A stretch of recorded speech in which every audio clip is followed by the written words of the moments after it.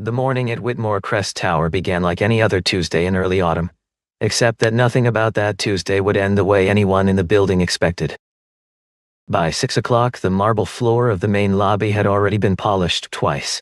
By 7, the security team had been briefed 3 times.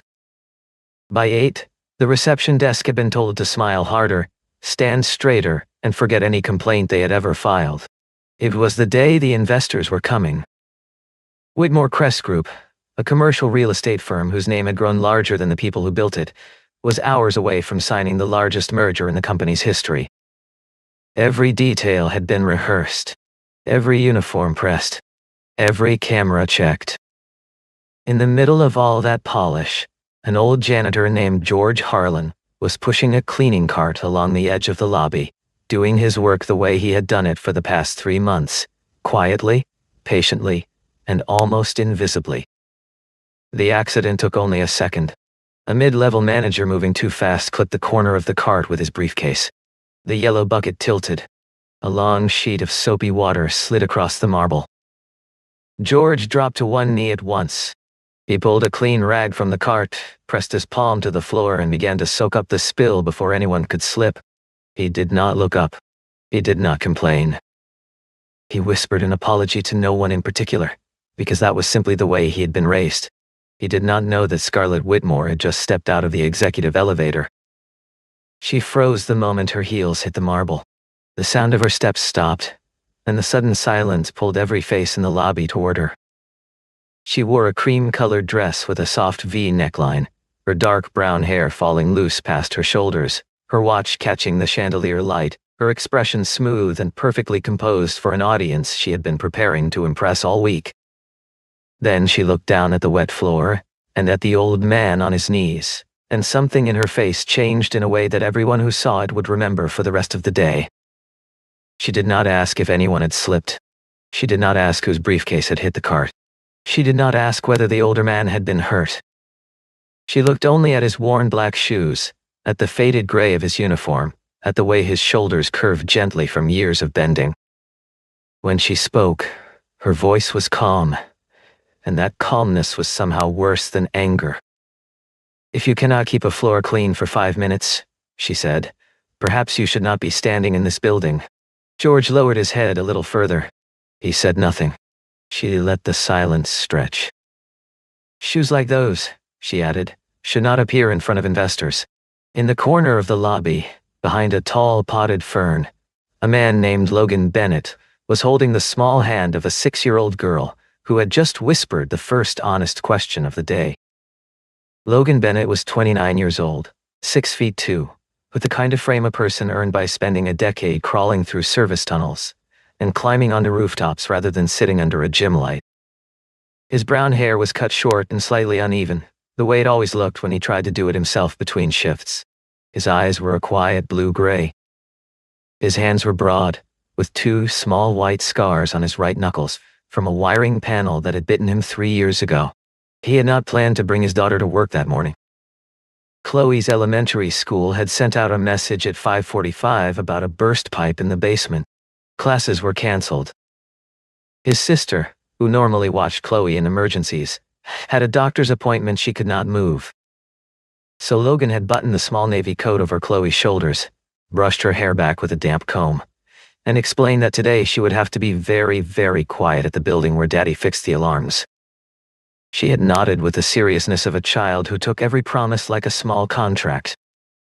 She brought her stuffed bear, Milo, whose left ear had been resewn so many times that it now sat slightly crooked, and she held Logan's hand the whole way across the parking garage. Logan had been a contract safety technician at Whitmore Crest Tower for 8 months. He checked smoke detectors, sprinkler valves, backup generators, and the electrical panels that fed the service elevators. His hourly rate was decent but unguaranteed. The contract was renewed month by month, and roughly 40% of his monthly income passed through this single building. 3 years ago, after his wife left without explanation and without a forwarding address, he had walked away from a steady position at a larger firm because contract work let him pick Chloe up from school. Some months it meant choosing between a transmission repair and a new winter coat. He had never told Chloe about the trade-off. His own father had been a maintenance man at a small parts plant in Joliet. Logan remembered standing in a doorway at age 7, watching a younger supervisor mock his father in front of a row of workers for the dust on his work shirt. He remembered the silence around the older men. He remembered the way his father had said nothing, only looked at the floor, only kept his hands in his pockets so no one would see them shaking.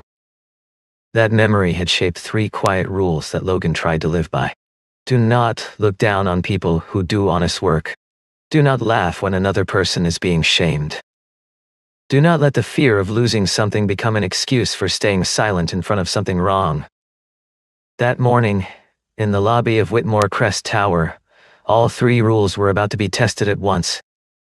Scarlett Whitmore was 28 years old, and she had spent the last 2 years building a reputation that did not allow her to be soft. She had been promoted to interim chief executive officer of Whitmore Crest Group during a quarter when the firm's largest property had nearly defaulted, and she had pulled the company out of that hole with a discipline that the board had not expected from someone her age. After the rescue, the interim title had quietly become permanent. She was beautiful, and she knew the way other people use that word. She had heard it whispered in the elevator, and written into trade articles, and used against her in negotiations. She had learned early that for a young woman in a room full of older men, beauty without sharpness was a liability. So she had become very, very sharp. Her brown hair fell long and loose because she had decided long ago that pulling it back tightly made her look younger, and looking younger made the board treat her like an assistant. Her dresses were always tailored, the cream V neckline of that morning chosen because it photographed well against the lobby marble. Every choice she made about her appearance was calculated, and that calculation had become a kind of armor. She did not believe she was cruel. She believed she was efficient. Cruelty, in her view, was personal. Efficiency was professional. If a low-level worker was no longer useful to the company's image, that was a question of operations, not feelings. If a janitor stood in the wrong place at the wrong time, that was a failure of management, and management was something she had been trained to correct in public so that the correction would be remembered. That morning, with the investor delegation arriving in less than 90 minutes, Scarlett had walked into the lobby, determined to demonstrate one thing above all others. She controlled every detail of this company, every floor, every employee, every breath. And in her certainty about that control, she had not noticed that the old man with the wet rag was watching her face the way a teacher watches a student during a final exam. The lobby had grown unnaturally quiet. People kept moving, but their movements had become careful, the way water moves around a stone. 2 receptionists at the long black glass desk pretended to type. A security guard near the revolving door pretended to read the visitor log. None of them looked at George. None of them looked at Scarlett. None of them looked at each other. Scarlett raised one finger, not high, just enough to summon someone, and Amanda Collins appeared from the corridor that led to the human resources floor. Amanda was about 40, with shoulder-length brown hair pinned neatly back, a charcoal blazer over a pale blouse, and the kind of brisk walk that had been taught to her at her first office job, and never abandoned. She carried a tablet in both hands like a small shield. "His name," Scarlett said quietly. Amanda glanced at George, who was still kneeling. "His name, please," Scarlett repeated. "I am sure he has one."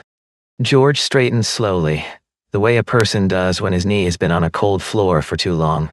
"George Harlan," he said. His voice was steady. He gave the name as though he had not just been told that his shoes were unfit for the building he was cleaning. Amanda tapped the tablet. "He is contracted through Premier Facility Services," she read. "Started 91 days ago. Day shift. No incidents on file." Scarlett nodded once. "Suspend him after the morning shift," she said. "I do not want investors seeing this kind of employee in the building." A small breath escaped from somewhere near the reception desk. George did not protest. He did not raise his voice. "No." He looked at Scarlett for a moment, the way a person looks at a window during a storm, and then said something that was almost worse than any defense he could have made. I still have 3 floors left to clean, he said. It was such a small sentence. It was the sentence of a man who had spent his life thinking of the work first and himself second. It made the lobby feel very, very cold. Scarlett's mouth tightened. You should be more concerned with whether you will be allowed inside this building this afternoon. 2 other cleaners, a younger man and a middle-aged woman in matching gray uniforms, had paused near the service corridor. Their faces went pale, and they exchanged the kind of look that 2 co-workers exchange when they realize the rules of the workplace have just changed. If a janitor could be suspended over a wet floor, then any of them could be removed for any reason at any moment. They lowered their heads and slipped through the corridor door, hoping no one had seen them notice. Chloe had not moved from her father's side, but her grip on his hand had tightened. She was small for 6, with light brown hair pulled into a half-up style that her father had not quite managed to make even, and large gray eyes that took in more than children were supposed to be able to take in. She watched George's old hands as they wiped the marble. She watched the small tremor in his fingers. She watched the way he refused to look up at the woman in the cream dress.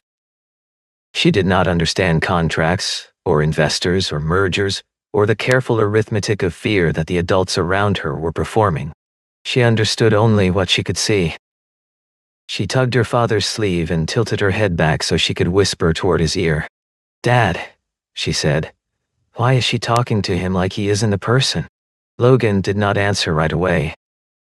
He felt the question land in the center of his chest with a weight he had not been prepared for. He looked down at his daughter, at the slightly crooked half ponytail, at the small wet streak on her coat sleeve where she had wiped her nose on the walk-in, at the corner of Milo the bear poking out of the crook of her elbow. He thought of his father in that factory doorway. He thought of his own younger self, watching and being unable to do anything.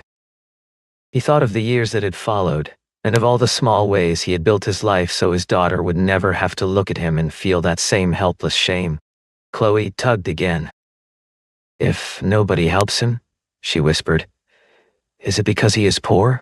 Logan closed his eyes for half a second. He weighed the morning very quickly.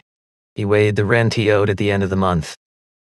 He weighed Chloe's tuition at the small kindergarten where she had finally started making friends. He weighed the dental work she would need in the spring and the medical insurance premium that climbed every quarter without explanation. He weighed every dollar this building paid him. Then he weighed the cost of doing nothing in front of his daughter. The 2 columns of arithmetic were not close. He bent down gently until he was at Chloe's height. He took her small chin in his hand the way he did when he wanted her to look at him and remember something. "Stay behind me," he said quietly. "Stay close. Whatever happens, do not let go of Milo." Chloe nodded once, very serious. Logan stood up. He did not square his shoulders, because he was not a man who needed a stance to find his courage. He simply stepped forward into the line of Scarlett Whitmore's polished attention. "He already apologized," Logan said. The lobby seemed to lean in. Scarlett turned, slowly, the way a chief executive turns when she is choosing whether to dignify an interruption with a full response. Her eyes traveled down Logan in a quick expert assessment. She noted the faded cuff of his work jacket, the scuffed toe of his left boot, the contractor's badge clipped to his belt rather than to a corporate lanyard. She noted that the woman beside him was a child, and that the child was holding a bear. "Excuse me?" she said. "He already apologized," Logan repeated, evenly. A small mistake does not need to become a public humiliation. A young woman near the reception desk pressed her lips together very hard. Scarlett tilted her head, the way a teacher tilts her head at a student who has spoken out of turn. "And which department do you work in exactly?" "Safety systems," Logan said. "I am the technician on the 12th floor today, contracted through Bennett Systems Maintenance." "Ah." She smiled, but the smile did not reach her eyes. "Then perhaps you should go check a circuit breaker, instead of teaching me how to run my company." Logan did not look away. "Running a company," he said, "does not give a person the right to humiliate someone who cannot defend themselves." Several investors who had just stepped out of the side conference room paused in the corridor. A gray-haired man in a charcoal suit, the most senior of them, slowed his stride.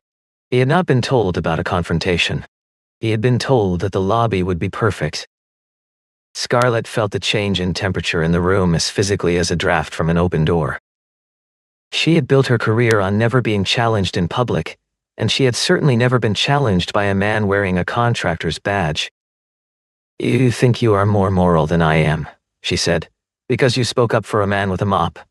"No," Logan said. "I think that if a 6-year-old can see this is wrong, then the adults in the room should not pretend they cannot." The silence that followed was the kind that does not get filled by anyone. Chloe, still holding Milo, looked up at her father with the half-frightened, half-proud look of a child who realizes that the man she lives with is also a man other people are looking at.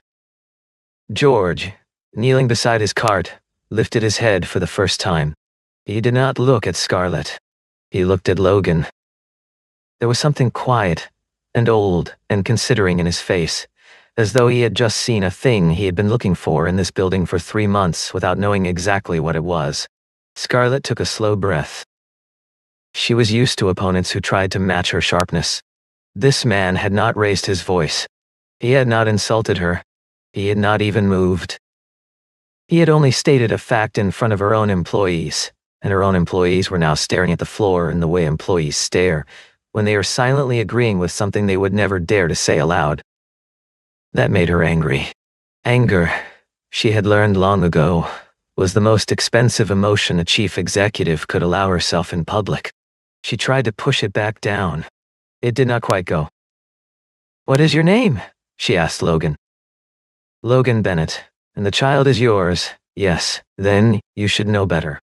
Scarlett turned to Amanda Collins, who was still holding her tablet with both hands. "What firm did you say his contract was through?" "Bennett Systems Maintenance," Amanda said, reading from the tablet. "Subcontracted under our facility's umbrella. Month-to-month renewal. 48 days remaining on the current cycle." 48 days, Scarlett repeated, as though tasting the number. "That is generous." She turned back to Logan. Her voice was no longer cold. It was something harder than cold. It was the voice she used when she wanted to be sure that the room remembered what had been done to whoever stood opposite her. "I want a notice on my desk by noon," she told Amanda, loudly enough that the investors in the corridor could not miss it. "Mr. Bennett's contract is under review for unprofessional conduct in a restricted area. I will also be calling our network of partner property managers personally. There are about 30 buildings in this city where a contractor like him might hope to find a renewal. I would like all 30 to know what happened here this morning." Chloe made a small sound. It was not a word. It was the smaller, sharper kind of sound a child makes when she begins to understand that her parent is being attacked, and she does not know how to stop it. She tugged on Logan's hand. "Dad," she whispered. "Daddy, let us go." For a moment, the entire lobby waited. Logan could feel the math of his life rearranging in real time. He could feel the rent, the kindergarten tuition, the dental work, the insurance premium, all of them tilting slightly toward an edge. He could feel his daughter's small hand sweating into his palm. He could feel the look that the investors were giving him, which was the look strangers give when they are deciding whether to remember a face. He did not let go of Chloe's hand. Scarlett took one step closer. She was perhaps 8 inches shorter than him, and yet at that distance she somehow occupied more space than he did. She lowered her voice so that only the closest people could hear. "A wise father," she said, "would not trade his daughter's rent money to defend a man who mops floors." It was the second sentence of that morning that the lobby would remember. Logan felt the heat rise behind his ribs, and he did not let it show. He bent down slowly until he was at Chloe's height. He placed one hand gently on the back of her head. He whispered something to her that no one else could hear, and then he kissed her forehead, and then he stood back up. He looked at Scarlett the way a man looks at a door that is just locked behind him. "A father is worse," he said, "if he teaches his daughter that the food on the table matters more than another person's dignity." The lobby did not breathe for several seconds. Scarlett did not respond. She could not, immediately. She had used the child as a lever, and the lever had broken in her hand. She could feel Amanda Collins's eyes flick toward her. She could feel the senior investor's posture stiffen in the corridor behind her. She could feel something shift in the room, very subtly, away from her. She did not know yet that the worst shift had already happened 20 feet behind her, where George Harlan had quietly set the handle of his mop against the side of the cart and risen to his full height. George did not look like a man about to confront anyone. He looked exactly like what he had been pretending to be for 91 days. He wore the gray uniform of Premier Facility Services. His shoes were old. His hands carried the calluses that come from holding tools for 40 years. But the way he stood now was different. He was not stooped any longer. He was not staring at the floor. He looked at the lobby the way a man looks at a house he built decades ago. He looked at the marble, and at the chandeliers, and at the brass plate above the security desk that read Whitmore Crest Tower, and his eyes behind the cheap reading glasses he wore over the bridge of his nose were tired but very, very clear. "Miss Whitmore," he said. Scarlett turned. She had almost forgotten about him. That, in itself, was its own kind of mistake. "Miss Whitmore," George said again, gently, "do you know who used to clean this floor before this building was called Whitmore Crest? I do not have time." The simplicity of the sentence stopped her. George turned, slowly, until he was facing the corridor where the investors were standing. His eyes found Patrick Hayes, the chief legal counsel of Whitmore Crest Group, who had been hovering in the back of the investor group, hoping not to be noticed. Patrick was a tall man in his early 50s, with silver at his temples and a habit of carrying 2 pens in his breast pocket. He had been employed by the company for 19 years. "Patrick," George said. He said it the way an old man says the name of a younger man he has known since the younger man was 23. Patrick Hayes went very still. George reached into the upper pocket of his uniform, the one that most cleaners use for a small notebook or a packet of cleaning wipes, and he pulled out a thin piece of metal, smaller than a credit card, slightly tarnished at the edges. He held it loosely between 2 fingers, the way a man holds something he has been carrying for a long time without thinking about it. The metal card had a single symbol etched into its face. A capital letter H, set inside the shape of a tower. Patrick saw the card, and the color drained out of his face in a way that no one in the lobby would forget. He had not seen that emblem on a card in nearly 20 years. Scarlett saw the card too, but she did not recognize it. She turned to Patrick. "What is that?" Patrick swallowed. He looked at Scarlett. He looked at the senior investor in the corridor. He looked at George, who was watching him with a patience that was now almost terrifying. "That is a founder's card," Patrick said quietly. Scarlett's hand, almost imperceptibly, tightened around her phone. A founder's card in the original Harlan properties had been a quiet ritual from the company's earliest years. In the early 1980s, when the firm was 3 borrowed rooms above a bakery in the West Loop, George Harlan and 2 partners had each carried a small etched piece of metal with the company's first emblem on it.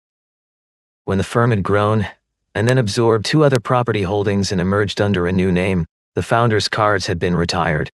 Only 3 had ever been produced. George had kept his in a drawer in the back of his desk for 26 years. He had taken it out of that drawer 3 months ago, on the morning he had decided to walk into a different building under a different name. Patrick Hayes, his voice steadier than his face, began to explain to Scarlett in front of the senior investor what he could not refuse to explain. George Harlan had been the original founder of Harlan Properties, the firm that, after a merger 14 years earlier, had become Whitmore Crest Group.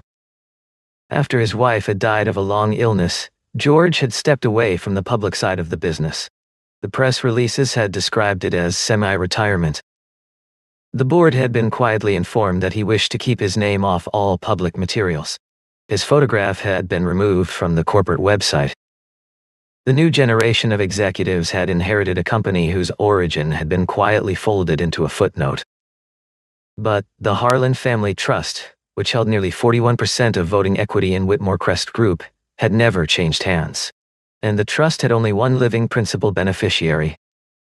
The man currently standing in a gray janitor's uniform in the middle of the lobby. He had not come back for a ceremony. He had come back, 3 months ago, after a letter had arrived at his home in Evanston. The letter was handwritten, from a woman named Margaret Doyle, who had worked as a cleaner at Whitmore Crest Tower for 18 years before being pushed into early retirement when her hourly wage had become inconvenient. Margaret had written that the company George Harlan had built had stopped seeing the people who kept it clean. George had not trusted the company to investigate itself. He had applied to Premier Facility Services through an old name from a long-closed property in Joliet. He had been hired without a second glance. He had been pushing his cart through the building's lower floors for 91 days. George turned now to Scarlett. "You think I made this floor dirty?" he said quietly. His voice was not loud, but every word reached every corner of the lobby. "You are mistaken. The thing that makes this floor dirty is not water. It is the way you spoke just now to a man you believed had no power to answer back." Scarlett tried to speak. Nothing came. "I cleaned this floor myself," George continued, "when this company had 12 employees and 1 office. I did not build it so that the person at the top could use the chief executive's chair as a whip across the backs of the people who do the work." The senior investor in the corridor, whose name was Daniel Reeves, and whose firm controlled approximately $180 million of the proposed merger, was no longer pretending to read his phone. He had quietly tucked it into his pocket. He had stepped forward exactly half a pace. The 2 younger associates behind him had stopped breathing in the visible way that younger associates do when they realize they are about to witness a defining moment in their professional education. Within 20 minutes, the lobby had been cleared of all non-essential personnel. Within 40 minutes, an emergency session of the executive committee had been called to the conference room on the 48th floor. Patrick Hayes had been instructed, by George Harlan himself, to bring the most recent voting trust documents and the founder's charter from the original incorporation file. Amanda Collins had been asked to pull every personnel change for the lower-tier service staff over the past 16 months. Scarlett walked into that conference room, not as the chief executive officer who had ordered breakfast for the investors that morning, but as a woman whose entire understanding of the room had just been overturned. Logan tried to leave. Chloe was tired and frightened, and had begun to cry in the small, silent way that children cry when they do not want to be noticed. He picked her up. He told the security guard at the side exit that he was taking his daughter home. The guard, who had been watching the lobby in silence the entire time, nodded and held the door for him. George stopped Logan at the elevator. "Stay," he said. "Just for the meeting. As a witness. If you cannot stay for me, stay for the people in this building whose names neither one of us knows yet." Logan looked at Chloe. Chloe looked at George. George smiled, gently, in the way an older man smiles at a child who has been brave enough already. Logan stayed. The conference room on the 48th floor had a long table of dark walnut, 12 chairs upholstered in charcoal leather, and a view of the lake that on most days was the most expensive thing in the building. That morning, the view was beside the point. George Harlan sat at the head of the table, in the chair that Scarlett had always sat in. Scarlett sat 3 seats to his right. She did not cross her arms. She did not lean back. She did not perform. She had spent the past hour understanding that no performance she had ever rehearsed would work in this room. Patrick Hayes, with a voice that did not shake, but did not pretend to be steady either, laid out the basic facts. The Harlan Family Trust held 41% of voting equity. Under the original charter, that share, combined with the founder's moral oversight clause, was sufficient to call for the suspension of any sitting officer pending an independent review of conduct. The suspension did not require a vote. It required only a written declaration from the principal beneficiary of the trust. That declaration, Patrick said, had been signed at 7:45 that morning. George had carried it in his other pocket. Scarlett read it without expression. She did not argue. She had, somewhere on the elevator ride up, made the small and important decision not to be a person who argues with what is true. George opened a manila folder. Inside were 91 days of small things. A staffing schedule that showed the night cleaning team had been cut from 6 members to 4, while the floor count had been increased by 2. An internal email from a mid-level director, sent to Amanda Collins, requesting the removal of any uniformed staff whose appearance did not align with the company's premium image during investor tours. A grievance form from a security guard named Marcus Allen, age 61, who had requested a chair for his post and had been told by his shift manager that the chair would create the appearance of laziness. A list of 7 long-term contractors whose rates had been reduced under the threat of replacement. George did not raise his voice once. He read from each document in the calm, slightly slow way an older man reads when he wants to make sure his hands do not shake. When he finished, he closed the folder. The proposed merger, the investors confirmed quietly in the corridor outside the conference room, would need to be paused. Not killed. Paused. The phrase used among themselves was cultural risk assessment, which is the phrase financial people use when they have remembered, briefly, that the value of a company is not entirely separate from the way the company treats the people who clean its floors. Scarlett was suspended from her duties as chief executive officer effective immediately, pending a full independent review. Amanda Collins was placed on administrative leave while her records were audited. 2 mid-level directors who had signed the most aggressive cost reduction memos were placed under separate review. Logan was offered a role he had not asked for. The title was Director of Building Integrity and Safety Culture, a position created that afternoon to bridge the technical safety teams and the frontline service staff. The salary was modest by executive standards and life-changing by his. He asked for one night to think about it. George did not press him. 3 weeks later, the lobby of Whitmore Crest Tower looked almost the same as it had on the morning of the spill. The marble was still polished. The chandeliers still threw their cold, clean light across the entryway.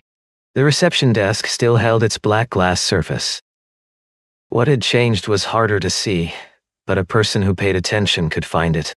The night cleaning team was back to 6 members. Marcus Allen had a chair at his post, and the chair had not lowered the dignity of the security uniform in any visible way. The contractor rate schedule had been restored.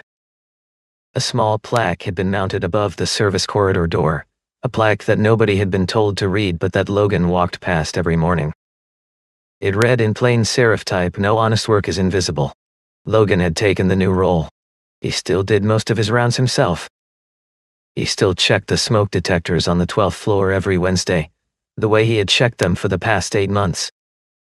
The difference was that when he spoke now, in meetings and in hallways, the people around him listened in a way they had not listened before. He did not enjoy the change in volume. He simply tried to use it well. Chloe was in the lobby that Friday afternoon. School had let out early for a teacher in service day, and Logan had brought her in to meet some of the people he had been talking about at home. She wore a small purple raincoat and held Milo by his slightly crooked ear. She was looking for George. She found him near the south elevator, with a soft cloth in one hand, polishing a smudge off the brass call plate. "Mr. Harlan," Chloe said, "you do not have to do that anymore." George smiled at her without lifting his head. "No," he agreed. "But I like to. It reminds me where everything started." Scarlett walked through the lobby a few minutes later. She did not have an entourage. She did not have a tablet. She did not have the cream V-neck dress. She wore a charcoal sweater, simple slacks, and flat shoes. She had been required by the board to complete an executive conduct review program before any decision about her future would be made, and the program had asked her more than once to come back to this building during the workday and walk through the lobby. The point of the exercise was not punishment. The point was attention. She saw George first. She crossed to him directly. She did not begin with an excuse. "Mr. Harlan," she said, "I owe you an apology. I would like to give it without conditions. I used the power of my position to make a man smaller in front of other people because I was afraid that if I did not, the people watching would think I was weak. That was not your problem. I made it your problem. I am sorry." George listened. He did not interrupt. When she had finished, he set the polishing cloth down on the lip of his cart. "I do not need you to feel ashamed for one day," he said quietly. "I need you to change the way you look at people for the rest of your life." Scarlett nodded. She did not try to defend herself. She turned to Logan next. Logan, who had been standing a few steps back with one hand on Chloe's shoulder, met her eyes. "Mr. Bennett," she said, "I threatened your livelihood in front of your daughter to make a point." I did not understand what it cost a parent to be used that way. I am sorry. Logan looked at her for a long moment. He did not soften his face. He did not harden it either. I do not need you to apologize to me as much as I need you to remember this, he said. The next time you see a person who has no power standing in front of you, remember that they are still a person. Scarlett nodded again. Finally, slowly, she knelt down so that she was at Chloe's height. She had never knelt for anyone in this lobby. The marble was cold through the fabric of her slacks. I am sorry, she said, that you had to watch a grown-up be unkind. Chloe looked at her for a long moment. Then she reached into the small front pocket of her raincoat and pulled out something she had been saving for school the next morning. It was a small foil star, the kind teachers give out for good behavior. She turned, very carefully, and pressed it onto the front of George's gray uniform pocket. You are not a stain, she said to him. You are the man who makes this place clean. George's eyes filled. He did not let the tears fall, but he did not blink them away either. Logan put a hand on Chloe's shoulder.